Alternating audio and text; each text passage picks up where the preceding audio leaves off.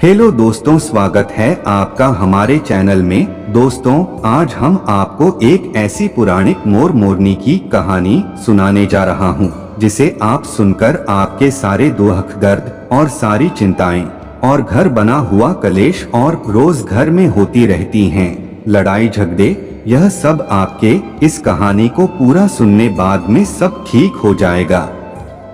दोस्तों, आइए जानते हैं इस कहानी के माध्यम से जो आपको बहुत अच्छी बातें सीखने को मिलेगी, जिनको आप अपनी जीवन में प्रयोग करके सफलता की राह को आसानी से पा सकते हैं। यह कहानियाँ बेहद ही रोचक और मनोरंजन भरी है, जिसे पढ़कर और सुनकर आपको बहुत ही पसंद आएगी। दोस्तों, जैसा कि हम सभी जानते हैं कि ऐसा कोई घर नहीं है जिनके यहाँ लड़ाई झगड़े या कलेश ना होता हो, लेकिन आज के बाद आपको इन सभी समस्याओं से निजात मिल जाएगी यदि आप हमारी मोर मोरनी की इस कहानी को सुनते हैं और परिवार के अन्य सदस्यों को भी सुनाते हैं। तो यकीन मानिए, यह कहानी आपके घर में से सारे कलेश दूर करके सुख समृद्धि खुशहाली लाएगी, जिससे साक्षात माता लक्ष्मी का आगमन रहेगा।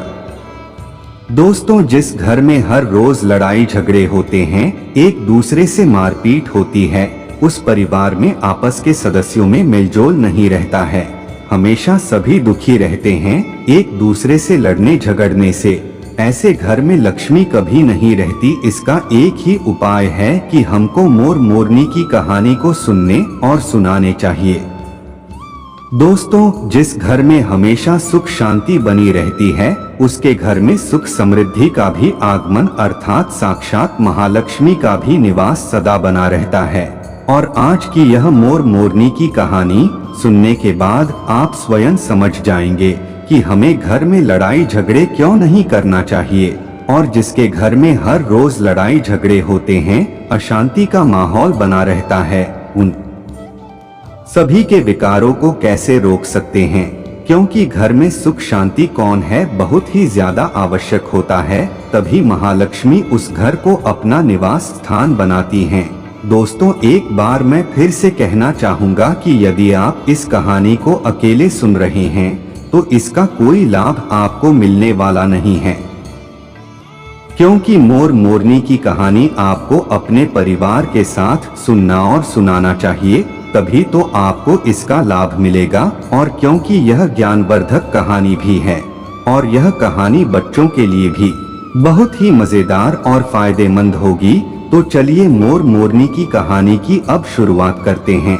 दोस्तों, एक जंगल में एक मोर और एक मोरनी एक साथ रहा करते थे। मोर मोरनी बहुत ही ज्यादा खुशी से अपना जीवन जंगल में व्यतीत कर रहे थे। एक दिन मोरनी के मन में एक विचार उत्पन्न होता है और वह मोर से कहती है कि प्यारे साजन, मुझे लगता है हमें यहाँ से चलना चाहिए। मोरनी के ऐसे अचानक से चलने की बात सुनकर मोर चौंक जाता है और पूछता है, क्या हुआ, आज तुम जंगल छोड़कर कहीं और जाने की बात क्यों कर रही हो। इस पर मोरनी कहती है कि अब मेरा मन इस जंगल में नहीं लगता है, मुझे अपने समाज के लोगों के साथ रहना है और उनके ही साथ आगे का जीवन व्यतीत करना है। दोस्तों, अगर आप यह कहानी सुनने जा रहे हैं तो कृपया इसे पूरा ही जरूर सुनिएगा। इस कथा को बीच में आधा अधूरा छोड़कर जाने की गलती मत करिएगा, क्योंकि इस पवित्र कथा को बीच में आधा अधूरा छोड़ देने से आपको पाप भी लग सकता है। इसलिए आप इस कथा को पूरा ही अवश्य सुने, क्योंकि आप श्री कृष्ण भगवान के सच्चे भक्त हो तो श्री कृष्ण भगवान का अनादर ना करें और इस पौराणिक मोर मोरनी की इस कथा को पूरा ही जरूर सुने। तो चलिए बढ़ते हैं कहानी में आगे।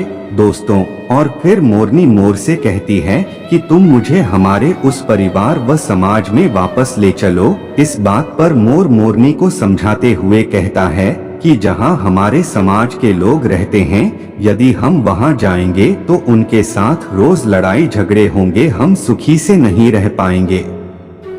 लेकिन मोरनी जिद करने लगती है, जिससे मोर मान जाता है और वह दोनों उड़कर जंगल के पास के एक नगर में जाते हैं। जिस नगर का नाम था खुशीनगर, वहाँ का राजा पशु पक्षियों की भाषा को बड़ी आसानी से समझता था। ऐसा इसलिए क्योंकि राजा ने करा शास्त्र का गहन अध्ययन किया था।